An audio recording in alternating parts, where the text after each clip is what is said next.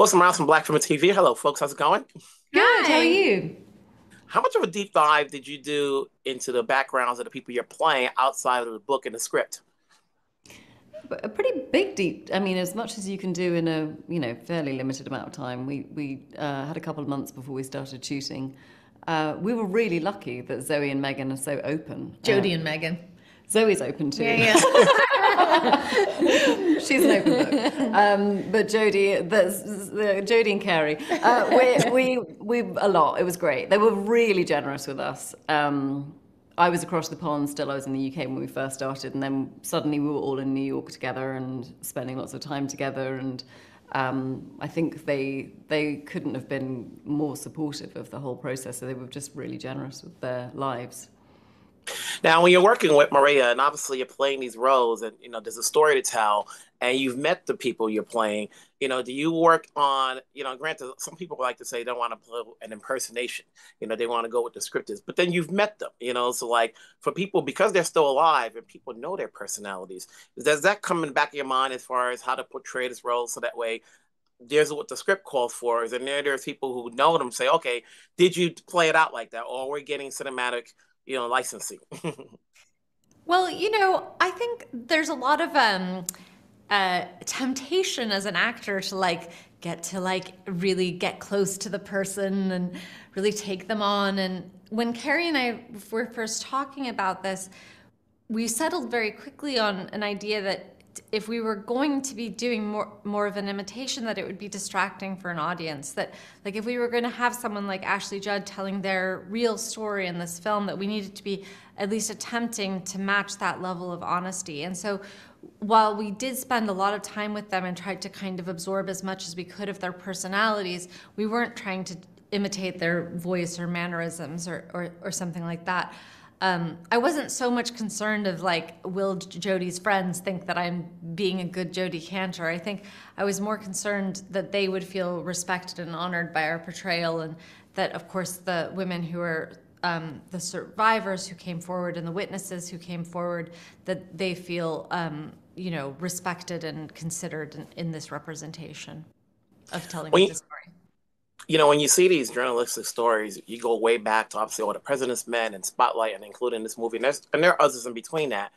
What do you want people to get out of it in terms of, is this more about getting witnesses to come forward? Is this shedding light, obviously, on the abuse that's happening in the workplace, and in particular to this film? Carey? I think it's, for me, and particularly as the film comes out, it really feels like a testament to female heroism. I think it's about courage. And these women who told their stories, I've said this a lot recently, but I feel like to be able to tell a story about a traumatic event that happened to you, to your friend or your family, takes an enormous amount of courage. But to take that many steps further, that you're prepared to share that with the world, I think it's incredibly brave. So I was so excited to be a part of a film that celebrates that. And I think it does. I think, there's difficult stuff, and the film has weight to it because these are real people's lives. But ultimately, it is about a group of women who together change the world. And that's really something that deserves a film. And for you, Zoe, obviously, and for anyone can answer this, when you're working with Maria, and actors could never stop learning and growing, was there anything you picked up from her direction that as you completed this movie, you took something out of it that helps you out as an actress down the road for whatever project you may do next? Zoe? I just think that there are so few projects that mean this as much as this project meant to all of us. And I think you could really feel it on set from Maria, from our lead producer, Dee Dee Gardner, but all across our cast and crew, like to people that, you would never see on screen, like our grips and the Teamster Aaron Forsty who drove me home, that there was a real sense from everyone of being missionized to tell this story. And I think that just felt so unique, so special, that I don't know that I'm going to ever get to be part of telling something that is this powerful again. So I just had a lot of gratitude that I was going home with every day, and I think a real sense of like wanting to do justice by these women. Thanks a lot, ladies. Thank you very Thank much. you. What's Morales from Black Film TV? Hello, folks. How's it going? It's great. It's How are great. you? Thank You you. know, I'm looking at the names and I go, and at first I didn't know, the role you're playing, Andre, it was a black guy. I was like, oh, sometimes I wonder whether or not they were playing diversity and casting him as the one black guy in the movie. But like, no, there really is a guy named Dean. You There's know, one black guy named Dean. Yes. Yeah. so I was like, okay, we got that correct. And when you're playing these characters, obviously, how much of a deep dive are you doing outside of the script to knowing that you're playing real life people? Patricia? Well, I was, I had my research. I first of all, I knew of Rebecca Corbett from long ago. I read the New York Times. I know people who know her. I know the reverence that everyone has for this exquisite woman. And so, but I specifically did not meet her before the filming because I didn't want to try to imitate her or play at her. I felt out of respect, I would just bring the best of me to her, the better parts of me. So I interviewed a few of her colleagues and what they said about her, my goodness. But I also wanted to, she's truly revered. But she also has her feet on the ground. She's a working woman, very much so. She gets up every day and tries to, get these remarkable articles properly edited, with truth ever present, documentation ever present. She's meticulous, and it was a privilege to play her, a real privilege. How about you, Andre? How much did you know about Dean? I didn't know that much about Dean. All of my research was done after finishing the script, turning the last page, accepting a part in this extraordinary film. I read the script. I read the book. I watched the documentary, The Fourth Estate, and many YouTube videos that are available where Dean's a part of a panel or a symposium or something to that effect.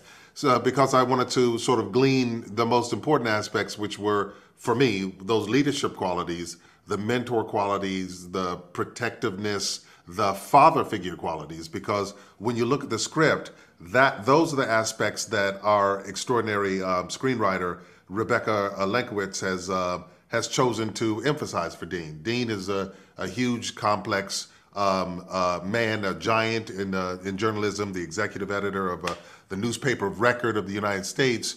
But in this film, the most important aspect is how he leads, guides, mentors, and protects his reporters in the midst of a daunting investigation against a very powerful figure and all of the emotional and psychic tolls that this investigation takes on them. The thing about I get about these movies is that when it comes to journalistic stories, it's all about getting the right truth. And the roles that you guys play as editors and as mentors is to make sure that the people who are leading the investigation are you guys are gearing them towards the right ship. So that way when everything's put on record, all the T's and dots and T's are crossed in. When you think about this, for people who do not know the story, because at the end of the day, we can't assume everybody knows everything. What do you want them to get out of this? Because obviously, you think about was it's all the President's Men or Spotlight, they shine light to what something happened in real life. And here, this is something that's currently still ongoing. But what do you want people to get out of it in terms of where should I go see this if I don't know who this character is? Why you should go see the movie? The movie is in essence a document about a journey in search of the truth about what's happening in the American workplace. Now, that may seem mundane, but the American workplace is someplace that we go every day and deal with people for our life and our livelihood. And when that workplace is abusive, when you're subjected to traumatic incidents on a regular basis, which I have, and I'm sure you have, Patty, then it colors, in essence, our experience in life. And no American is immune from this kind of harassing, bullying, abuse, and discounting. And this is one story in which two very dedicated, intelligent, tenacious reporters got to the truth and brought down the most powerful man in Hollywood, the richest, most politically connected, surrounded by an army of enablers and a veil of silence to cut through that truth and reveal his actions, to stop him, to imprison him in a criminal as a result of a criminal prosecution, but finally to bring justice, empowerment, and respect to those people who had suffered in silence for so long. And so these are my thoughts about it, but this is a very important movie, I think, for every American, because no one is immune from these kind of workplace abuses. The abuse of power exists universally. This film, the wake it leaves across not just our nation, but many nations throughout the world, I think it's a universal suffering that this movie calls attention to. Well said. Thanks a lot for your time. Take care. Thank you. Thank you. Wilson Morales from Black Women TV. Hello, Jennifer. How's it going? It's good. How about you? Good. Obviously, you've gotten a number of projects that I've seen you in, TV, films. When a film like this comes about, what led you to say yes to taking on this project? Oh, I just have so much gratitude and respect for the journalists and the survivors who spoke out and enabled this story to break. And Tamara Burke with Me Too, and the conversations that have ensued and the changes, the sort of the tilt on the way the world tilted a little bit on its axis. To be given an opportunity to be a part of this story was just, there was never any question in my mind that I would be nothing but grateful and enthusiastic to come on board. Now, you're playing a real life person. So outside of the script, how much of a deep dive did you do into Laura? And going into like, okay, did you meet her? Did you want to play her in terms of the personality and so forth? You know, there's a lot to go in there outside of what the script holds. Yes, there potentially is. I did not meet her. I did not have a conversation with her. It was all very quick. I was only on set for 2 days. I'd read the book when it had come out. I read the script, obviously. I spoke with Maria, with our wonderful director. That was pretty much what I had. Maria didn't want it to be an attempted impersonation, more just to try to tell the story as truthfully as possible as it was written in the script. And that was really what I had to go on. When you're working on a film like this, and it's not such a big part, but it is an important part. I always say sometimes it's not about being a lead or supporting, but as long as the role is prominent, that's my key word, prominent. And, Laura factors into this. What did you get in work with Maria that you wanted to highlight? And like you said, she didn't want an impersonation, but, you have to do so much in so little time.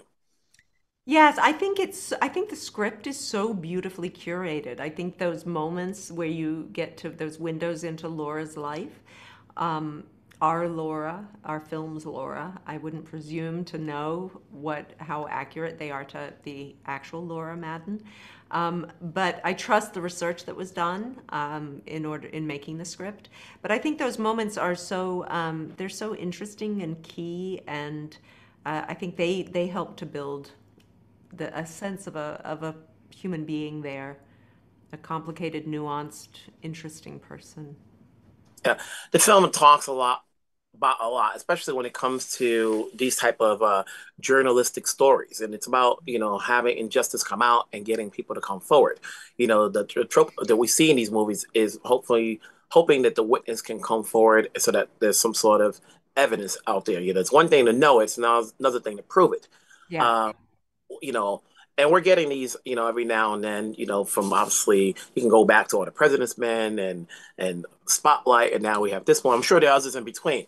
What do you want the audience to get out of this for those who do not know the story? I think that the idea that if a group of people get together, there is potential for making true change. If a group of people get together to speak out where they see an injustice, there is the possibility of making a real impact. Mm-hmm. And then this is like a small role, but in prominent role, what goes into saying, yes to any of the projects you take, whether it be on stage or on film or on TV? I think it's all down to really usually the script. This one, I actually said to my agent, well, of course, I'm going to do it before I'd even read the script. But usually it is down to the script. That even if it's not a prominent role, if it's a small part of helping to tell a really interesting story, then I'm generally on board. Mm-hmm. And even that, I always say, actors can never stop learning, no matter how big or small the role is. And when you do a part like this and you walk away from it, and then who knows how long before the next project comes along, what do you take away from what you put into this film that maybe is something new or something different that you can do on to your next film? That's an interesting question. Gosh.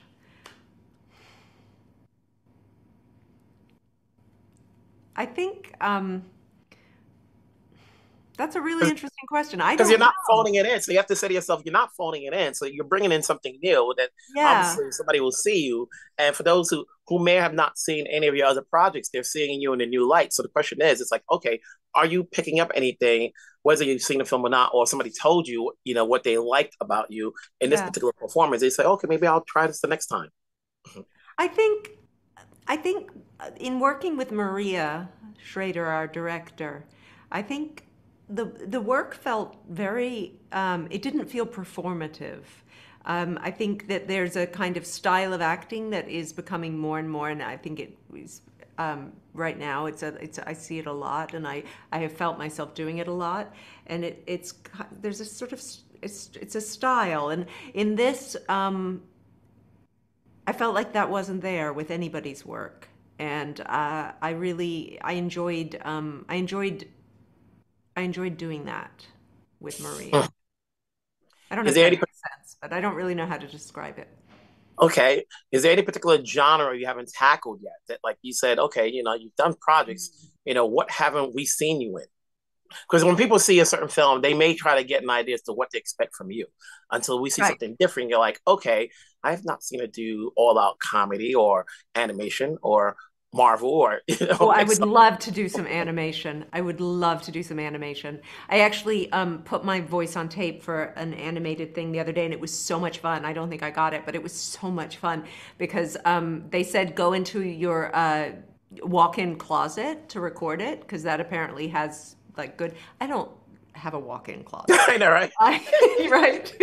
So I do have a car though. So I went into my car and I put 2 coats over my head. I was sweating, like just dripping down on the page trying to read it. But I had so much fun doing the voices and doing them in different ways and sending it off. So I'm hoping that I will audition for lots more voice animation stuff, and I'm hoping at some point I'll get one. What happened to the good old-fashioned bathroom?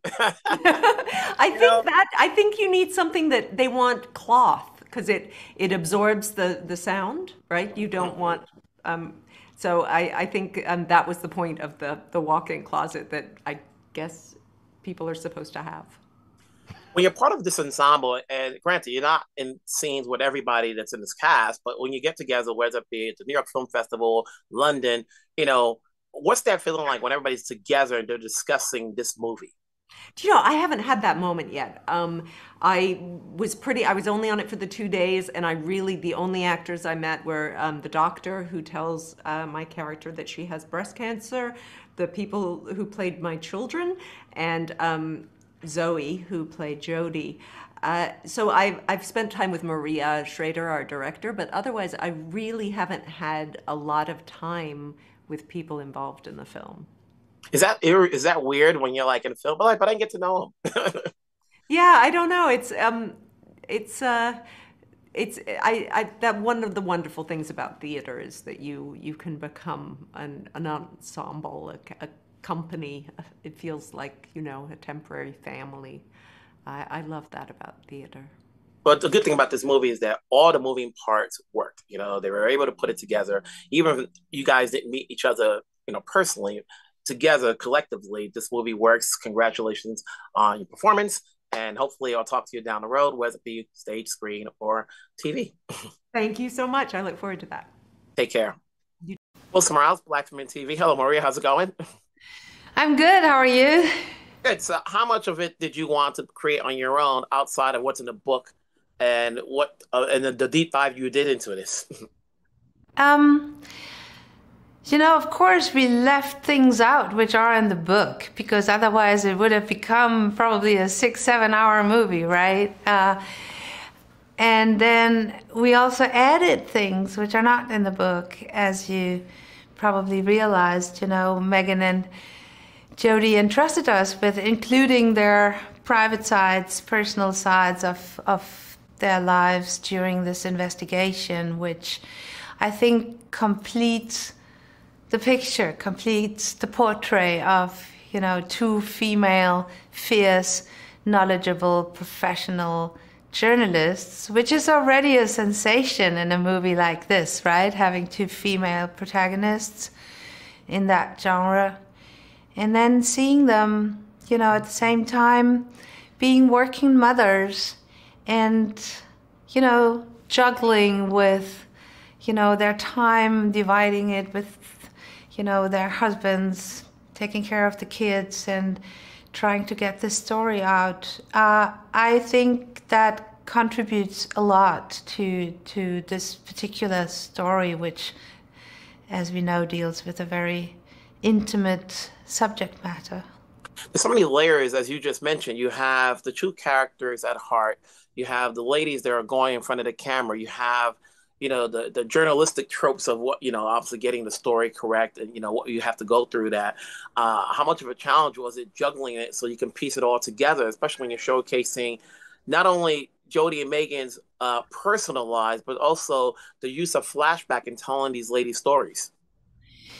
Yeah, I would describe it as the story of, on the one hand side, of course, our two protagonists, the journalists, but then, spending an enormous, or let's say, unusual time and concentration with the few, very brave women sharing their experiences with them, and in part also treating them as protagonists, as how you mentioned,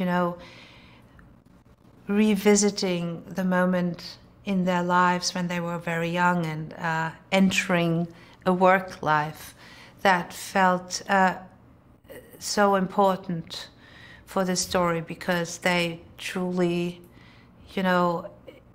made it happen that Jodi and Megan could publish the story. Outside of from with the book, you still have to go through because you have people who are currently still living and some of this stuff is still active. Was it a challenge getting everybody on, to say yes, outside of Jodi and Megan, but, just all the other names that were mentioned here for those who are not seen on film, and then can you talk about bringing in Ashley Judd, in the film? Yeah. Yeah, it was a very deliberate choice to open this up, to be a process which includes so many various voices. And every individual, of course, decided to what degree to contribute. And I can say that we were just incredibly grateful to have these conversations with the real people and to make sure that the accounts of the survivors were treated with the care they needed and in line with, their perspective.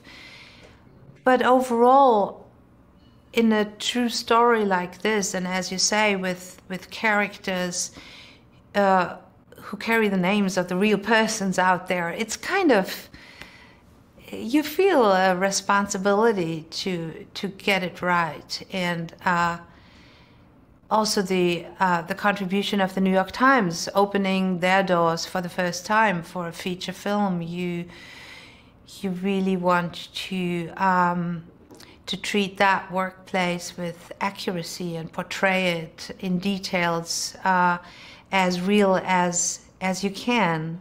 And what helped tremendously was the ongoing dialogue with the people involved.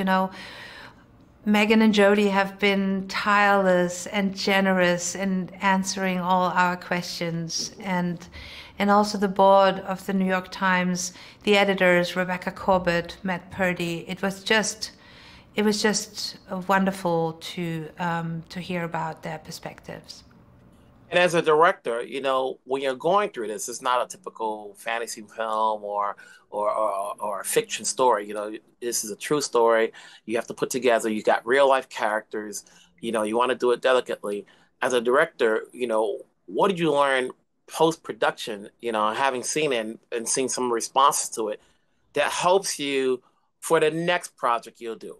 Whether you learn something in the process or learn something after the process. I learned so many things. I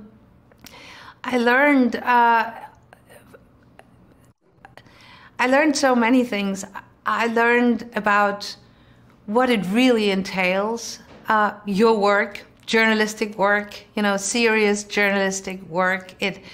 It definitely assured my own reliance and trust into this kind of investigative journalism in the institution, providing the resources and the team to have this ongoing dialogue. And I consider it, specifically in our times, to be so valuable for people not giving up, not following only assumptions or opinions, but really searching for the truth, which for them stays this unnegotiable entity, you know, and I'm very honored to direct this film in that regard. You know, there's a lot of stuff you can get out from this movie. You know, obviously, I've seen enough journalistic movies, obviously, All the President's Men, Spotlight, this one, and movies in between. You know, there's the story of the Me Too movement. We're not getting that many on screen, at least on the bigger level, that talks about this. For those who are somewhat clueless, you know, but don't know anything about this, what do you want people to come out from seeing this movie? You know, obviously, this is a true story, like some of the others we've seen in the past. But what do you want people to get out of it? What aspect do you want people to say, it's a good movie, but what did they get out of it? Well, this is obviously not the movie about the Me Too movement. No. This is the movie about how a story came about, and who was behind that story, and what did it entail for them to get this story out, and how personally involved they became investigating such personal and intimate subject matter. And also what it meant for these incredibly brave women to entrust the journalists with their personal, traumatic, true experiences. This is something which impresses me over and over again, because, you know, I've been on stage from the age of 16 on. I've been an actor most of my life. So being in the public eye is always, you know, something which makes you feel insecure a little bit. So what would it mean, you know, to go public with something so incredibly vulnerable and intimate? And I cannot honor that enough.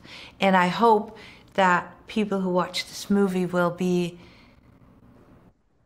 equally impressed by that and inspired by the experience that a few people, and not particularly privileged people, you know, ex-assistants who have been, you know, in the beginning of their 20s by then, found the courage to speak up and were able to change, you know, the world around them. Well said. I appreciate you talking to me. Have a great day. Stay safe. You too. Thank you very much.